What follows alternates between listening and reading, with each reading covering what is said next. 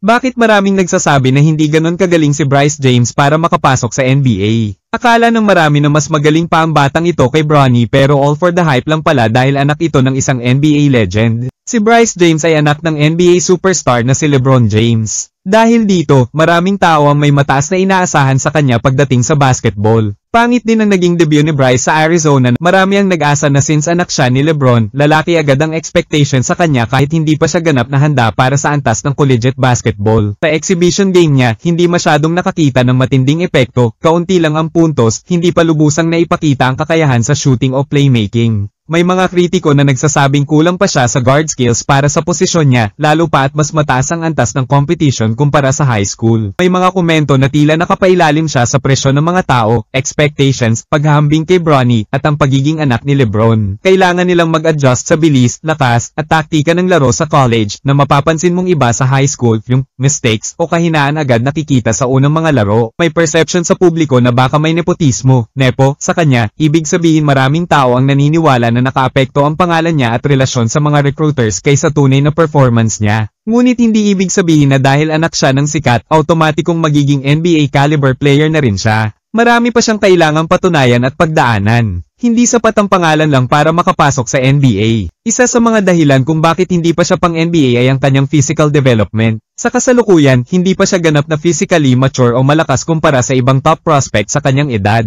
Ang NBA ay isang liga na puno ng malalaki at matatipuno na atleta. Kailangan pa niyang palakasin ang kanyang katawan at stamina. Mahalaga ito upang makasabay sa matinding kompetisyon sa NBA. Bukod sa physical na aspeto, may kakulangan din sa kanyang kasalukuyang basketball skills. Hindi pa ganap ang kanyang shooting, ball handling, at decision-making sa court. May mga makikita mang potensyal, ngunit hindi pa siya consistent. Kailangan pa ng mas maraming ensayo at exposure sa high-level competition. Ang NBA ay para sa mga technically at mentally elite na manlalaro. Isa rin sa mga isyu ay ang kakulangan ng playing time o exposure sa mga importanteng laban. Mas kilala ang kanyang kuya na si Bronny James na mas madalas na bibigyan ng spotlight. Si Bryce ay hindi pa ganoon ka-established sa mga high school at AAU circuits. Mahalaga ang exposure para makita siya ng scouts at recruiters. Kung hindi siya mapapansin, mahirap ang daan patungong NBA. May mga pagkakataon ding tila hindi pa buo ang kanyang passion o determinasyon. Bagamat may talento, minsan ay hindi sapat kung kulang sa puso at dedikasyon. Ang mga NBA players ay may matinding work ethic at mindset. Dito nasusukat kung sino talaga ang uusbong sa larangan. Kailangan ni Bryce na ipakita ang kanyang hunger para sa laro. Hindi rin natin may kakaila na matindi ang kompetisyon para makapasok sa NBA. Libo-libong aspiring players ang nangangarap makapasok bawat taon. Hindi lahat ay nabibigyan ng pagkakataon kahit pa may koneksyon o kilalang apelyido. Kailangan ay outstanding ka talaga sa lahat ng aspeto. Sa ngayon, hindi pa umaabot si Bryce sa ganong antas.